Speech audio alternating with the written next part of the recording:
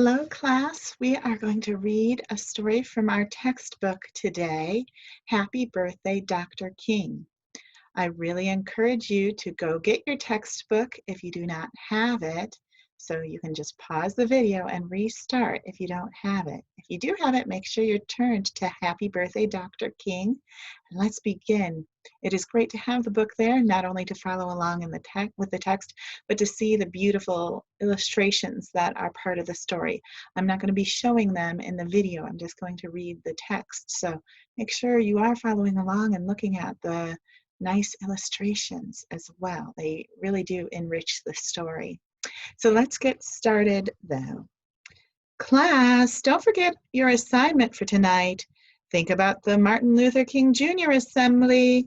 His birthday is almost here, Mrs. Gordon said to her 4th grade class. Jamal, Arthur, you two wait. You have another assignment. Please take these notes from the principal home to your parents. A pink slip? I'm really in trouble now, Jamal thought to himself, walking home through the January slush. Maybe Mom won't ask me about school.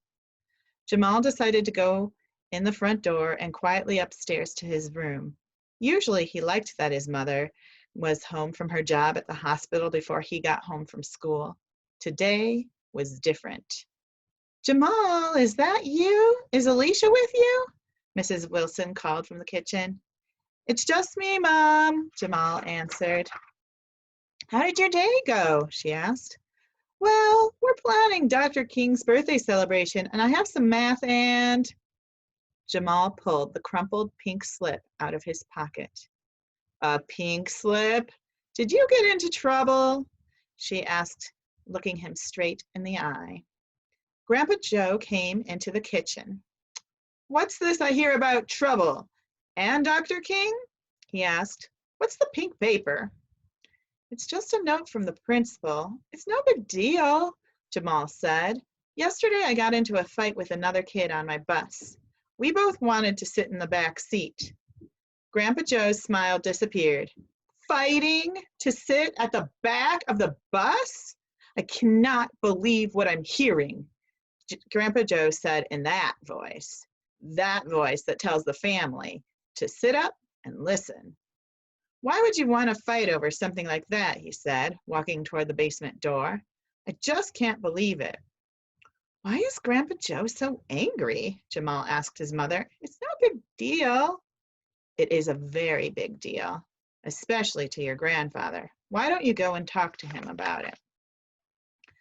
Grandpa Joe, I'm sorry that I got into trouble for fighting. I won't do that again. Jamal, you are 10 years old and old enough to understand. It's almost Martin Luther King Jr.'s birthday. What are you doing for the celebration this year? What does Dr. King's assembly have to do with a little fight? Grandpa Joe took a deep breath and began. A long time ago, I was raising my family in Montgomery, Alabama.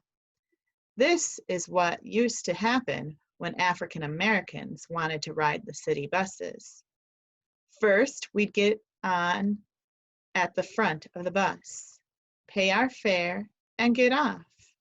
Then we'd get back on again at the rear of the bus. We didn't like it, but that's how things were. It was law. Then, one day in 1955, a lady named Rosa Parks. Rosa Parks, Jamal interrupted. We read about her. She sat in the front of the bus and wouldn't give up her seat to a white man, and she got arrested. But, Jamal, there was more to the story. When African Americans heard about her arrest, many of us stopped riding the buses. We wanted to protest her arrest and get the same rights that white people had. That was the Montgomery bus boycott. And the boycott worked. We finally won without fighting. Now, you go think about that bus boycott. Maybe you can figure out why I'm so unhappy about your pink slip. Jamal, your sister's home. Come and set the table. Mrs. Wilson called. Jamal hurried up the stairs. He had some thinking to do. Heard you got into trouble, Alicia said to her brother. Oh, be quiet. Okay, you two, said Jamal's dad coming in. Jamal knows he did something wrong. How's your homework going? Well, we have to think of something to do for the Martin Luther King Jr. Assembly. Everyone in my class is learning parts of the I Have a Dream speech, Alicia chimed in. I'll think of something. Grandpa Joe and I were talking about bus boycotts. That should give you some ideas, his dad said.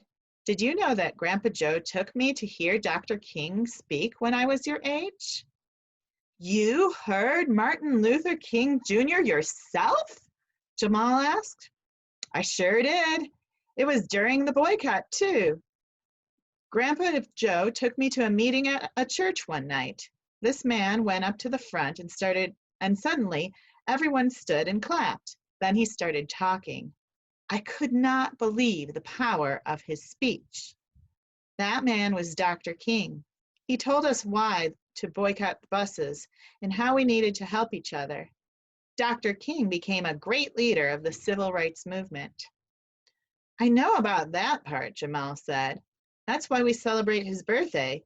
But how to celebrate is the problem. Then remember, Dr. King always spoke out about peaceful ways to make things happen. Does that help? Peaceful, Jamal said slowly, thinking. You mean like not fighting? And those peaceful ideas worked back then? Jamal, peaceful ideas work today too, his dad answered. Peaceful, Jamal said again, and his face brightened. That's it. Our class could do something to show that fighting is not the way to get things done. Maybe we could do a skit. Everyone could have a part and we could have costumes and I could be the star and, whoa, his dad said, first you better eat your dinner. Then you can write down your ideas for Mrs. Gordon. Grandpa Joe, Jamal asked as his grandfather joined them, when you were a kid, did you ever do something really stupid that turned out to be stupendous instead? Grandpa Joe's smile returned and he nodded his head. All right, children, settle down now. We have a lot of work to do today, Mrs. Gordon said. Let's start with the Martin Luther King Jr. birthday assembly. Who has an idea for what our class can do? Oh, Jamal? Jamal stood proudly. I have an idea for a skit. It's about these two dopey boys who don't understand about Martin Luther King Jr. They get into a fight over a seat in the back of the bus.